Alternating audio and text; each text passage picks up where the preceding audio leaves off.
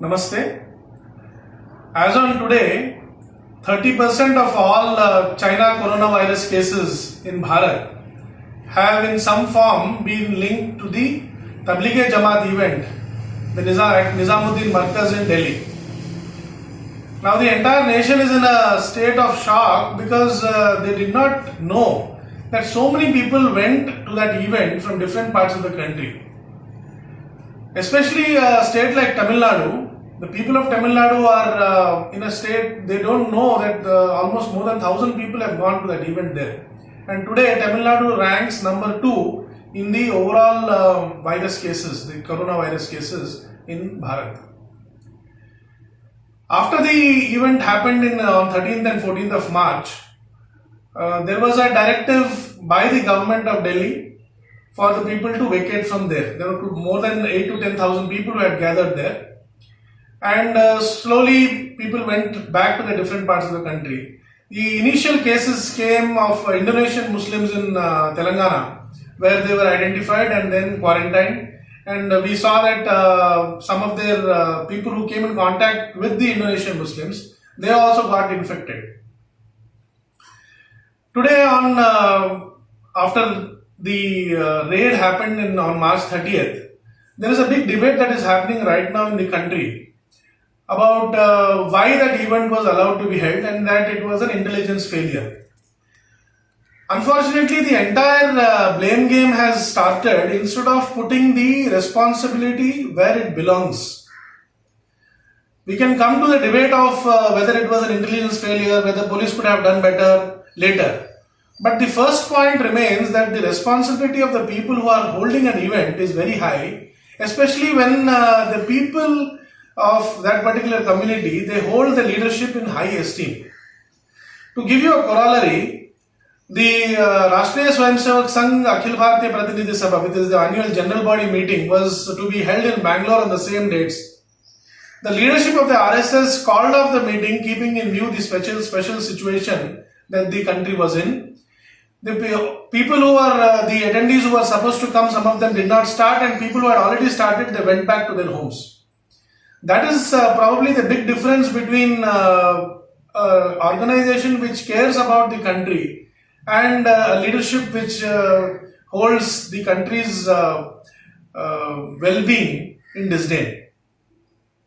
Unfortunately, some sections of the media, some sections of pseudo-intellectuals, they have raised this debate again and again instead of again putting the responsibility where it belongs to. We have seen that in the past also that the religious leadership of the Muslim community and the political leadership, they have taken the community into directions which are detrimental to the well-being of that community. I will give you some examples. In the year 1985, there was a judgment which was popularly called as Shah case. Now this case ran for 7 years from 1978 to 85. The case was very simple. It was a 62-year-old woman. She was married to an influential lawyer in Indore who had divorced her. She had five children, and Shah went to court seeking maintenance. The different courts, High Court and then the Supreme Court, gave a judgment in 1985 stating that the husband has to pay a maintenance of 200 rupees to Shah. This was enough for the religious leadership of the community to get into arms against the state. They gave a call that our religion is in danger and people came onto the streets.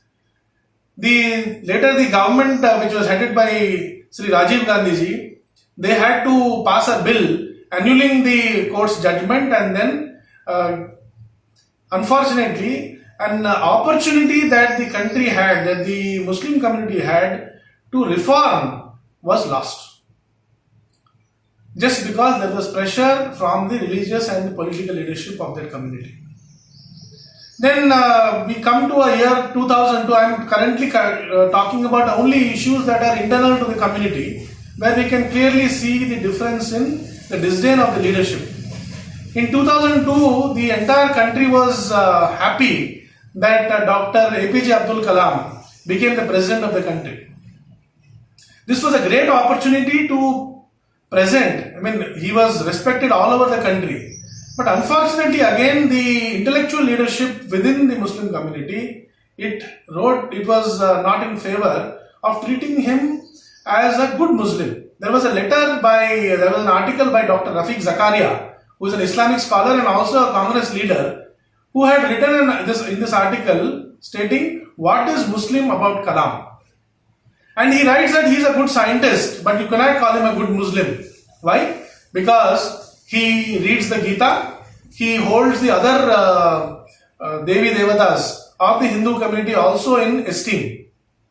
And he went on saying that he has not done anything for the community and so on and so forth. Once again, the opportunity of establishing a leadership within the community, an icon within the community, whom the youth could aspire to emulate, was lost. In 2008, in the city of Hyderabad, there was an event that was planned by the Ahmadiyya community. Ahmadiyyas, or some sections call them as Qadianis. They were planning to have an event in Hyderabad with a congregation. The Member of Parliament, Asauddin Owaisi, warned the government, then the Rajshekhar Reddy government, that they have the event in Hyderabad, there will be violence.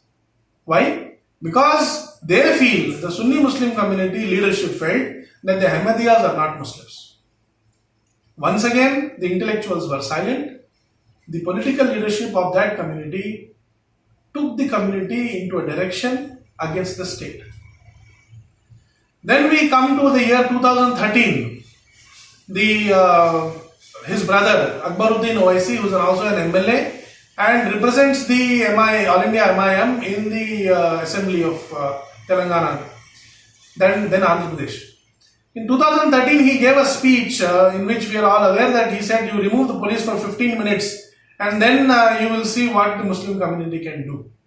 Once again, while the media was silent for a few days, there were a few sections of the media that raised the issue, and then the intellectual community in that was silent. Once again, putting that leadership into dock, saying that how can you say things which will affect the entire community tomorrow?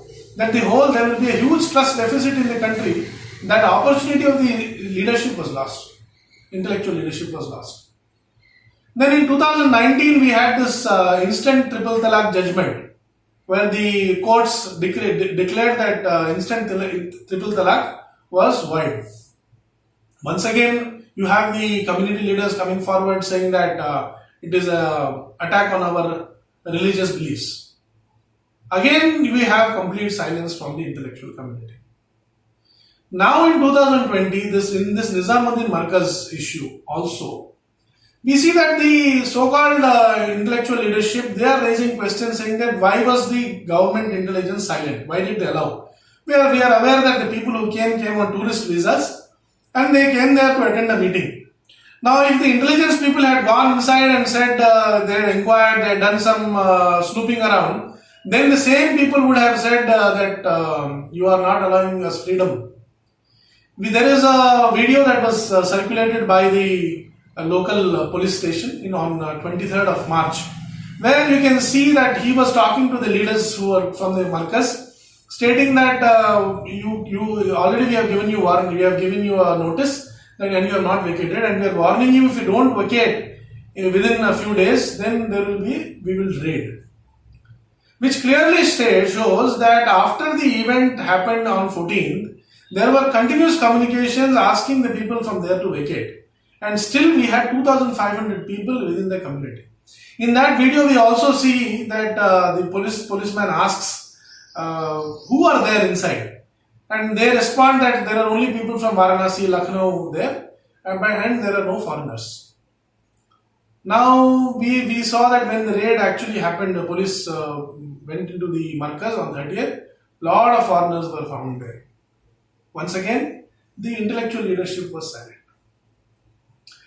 India, Bharat, has the second largest Muslim population in the world.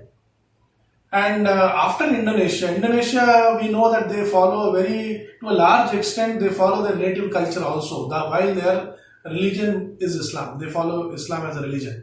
But they have a native culture which they follow.